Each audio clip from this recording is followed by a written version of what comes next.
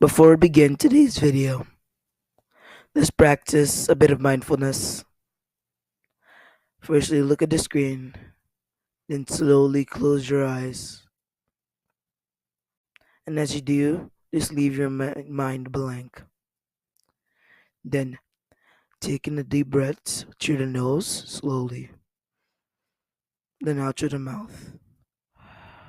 One more time, in through the nose, and out through the mouth. And one last one. Now slowly open your eyes, and let's begin today's video.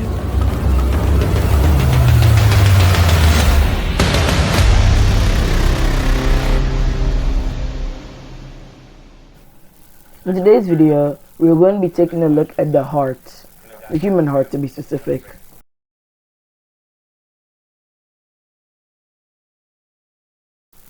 The human heart.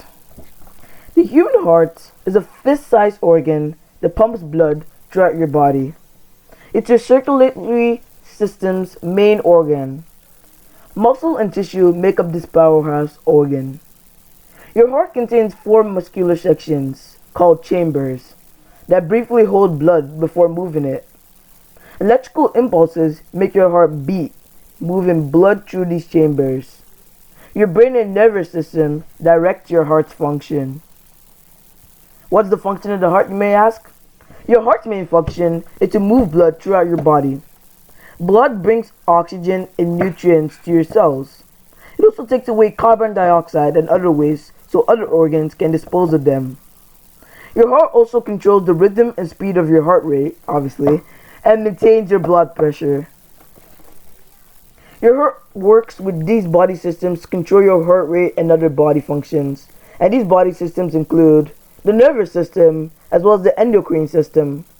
The nervous system. Your nervous system helps control your heart rate. It sends signals that tell your heart to beat slower during rest and faster during stress, like when you're exercising. Your endocrine system sends out hormones. These hormones tell your blood vessels to constrict or relax, which affects your blood pressure.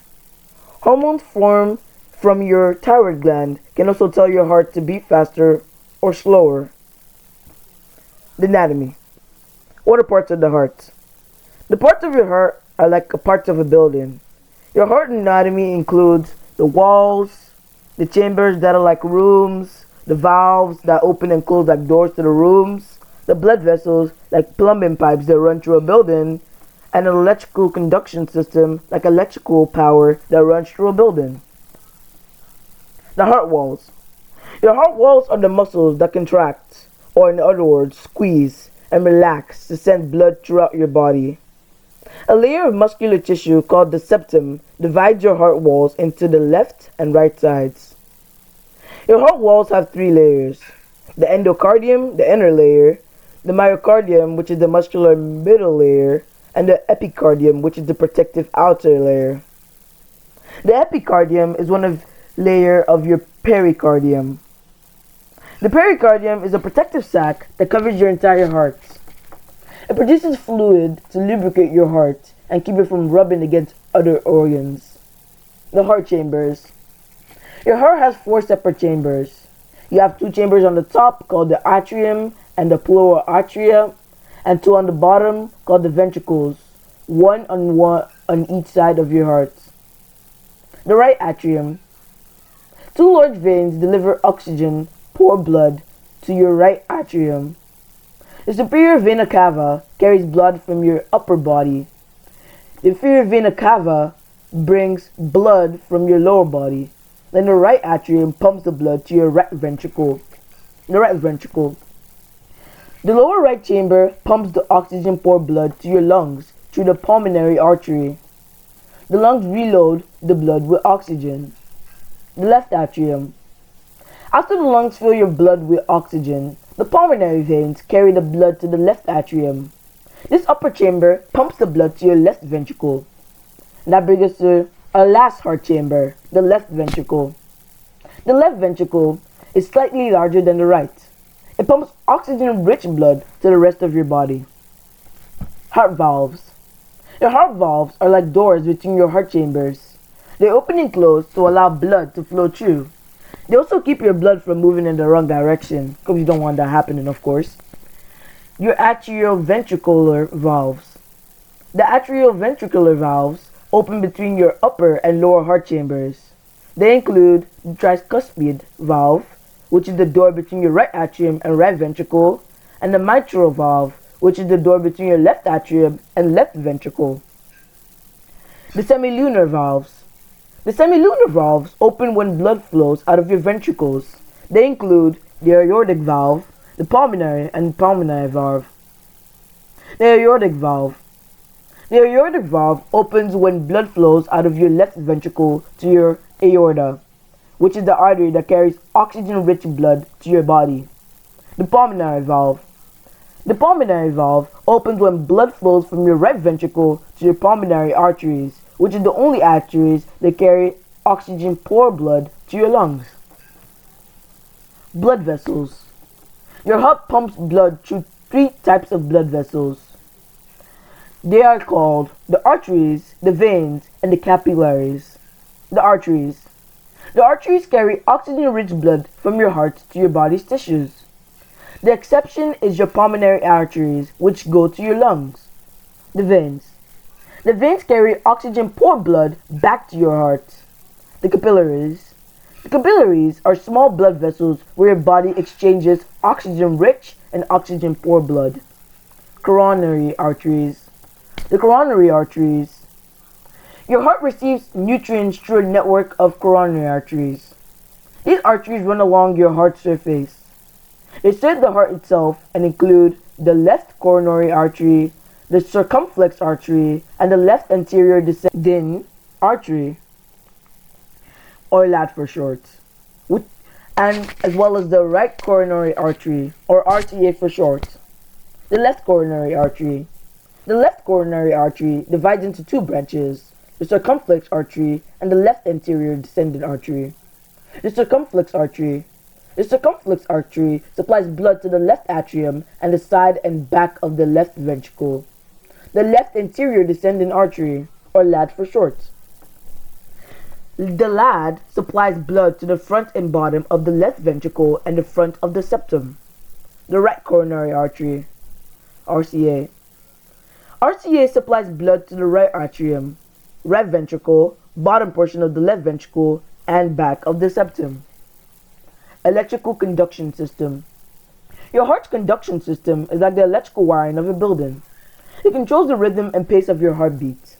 Signals start at the top of your heart and move down to the bottom. Your conduction system includes the sinoarterial node, or SA node for short, which sends the signals that make your heart beat, the atrioventricular node, or AV node for short, which carries electrical signals from your heart's upper chambers to its lower ones, the left bundle branch, which sends electrical impulses to your left ventricle, and the right bundle branch, which sends electrical impulses to your right ventricle, the bundle of His, which sends impulses from your AV node to the Purkinje fibers, and the Purkinje fibers, which make your heart ventricles contract and pump out blood. Where is your heart located? Your heart is in the front of your chest. It sits slightly behind and to the left of your sternum, breastbone, which is your breastbone, which is in the middle of your chest. Your heart is slightly on the left side of your body. It sits between your right and left lungs. The left lung is slightly smaller to make room for the heart in your left chest. Your rib cage protects your heart. What does your heart look like, you may be wondering? Unlike most times, like when we're younger, the heart does not actually look like the shape we usually see. Like when people break their heart, like the whole heart clip part. That's not what the heart looked like. Obviously, I think most people know that now, but I just want to be clear in case anybody still thinks that. So what does your heart look like? Let's get to what your heart actually looks like. Your heart looks like a little bit like an upside down pyramid with rounded edges. Large blood vessels go into and out of your heart to bring blood into and away from your heart. They connect your heart to the rest of your body, which is supplies with blood and oxygen. How big is your heart? Everyone's heart is a slightly different size. Generally, your heart is about the same size as your fist. On average, an adult heart weighs about 10 ounces. Your heart may weigh a little more or a little less, depending on your body size and sex. Fun fact, if you take two human hearts and put them together, they actually make the heart shape you see on almost every single Disney movie or different like clip arts. That's a fun fact I feel like you should tell your friends.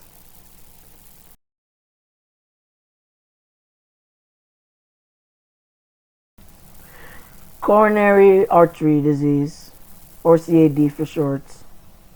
Coronary artery disease is the most common type of heart disease. It occurs when the arteries that supply blood to the heart muscle become narrowed or blocked due to plaque buildup, leading to reduced blood flow. Heart attack. A heart attack occurs when a part of the heart muscle doesn't get enough blood due to a blocked coronary artery. Heart failure. Heart failure, also known as congestive heart failure, is a condition that occurs when the heart isn't able to pump blood efficiently enough to meet the body's needs. Arrhythmia. Arrhythmia is an irregular heartbeat which can be too fast, aka tachycardia, too slow, aka bradycardia, or erratic. Hypertension. Hypertension, also known as high blood pressure, is a condition where the blood pressure in the arteries is consistently too high. Cardiomyopathy. Cardiomyopathy is a disease of the heart muscle that makes it harder for the heart to pump blood to the rest of the body. It can lead to heart failure. Aortic aneurysm. An aortic aneurysm is a bulge in the wall of the aorta, which is the main artery leaving the heart. If it ruptures, it can be life-threatening. Pericarditis.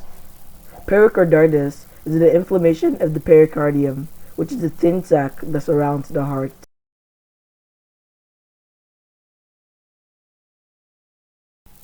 Brugada syndrome.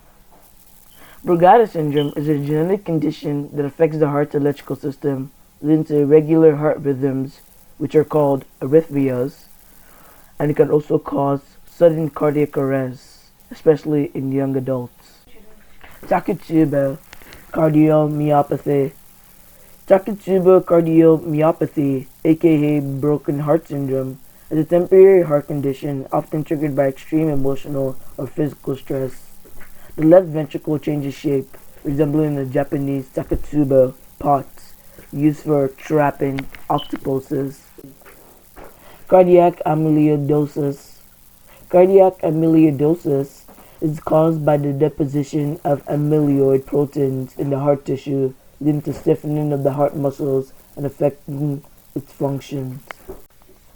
Arrhythmogenic right ventricular cardiomyopathy, or ARVC for short. ARVC is a genetic disorder where the heart muscle of the right ventricle is replaced by fatty and fibrous tissue, leading to arrhythmias and potentially heart failure. Pulmonary arterial hypertension, or PAH for short. PAH occurs when there's high blood pressure in the arteries that supply the lungs, which can lead to right-sided heart failure. Kawasaki disease. Kawasaki disease is an inflammatory disease affecting the coronary arteries, usually in children under 5. It can lead to aneurysms in the coronary arteries. Left ventricular non-compaction, or LVNT for short. LVNT is a rare condition where the left ventricle has a spongy appearance due to the failure of the muscle fibers to compact properly during development. Restrictive cardiomyopathy. Restrictive cardiomyopathy is a condition where the heart muscles become rigid and less elastic, restricting the heart's ability to fill properly with blood.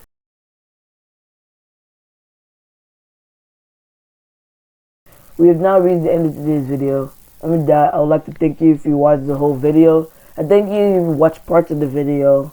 And for those who skipped the video just to go to the end, please go back and watch the video. I would recommend that because it's a pretty good video in my opinion.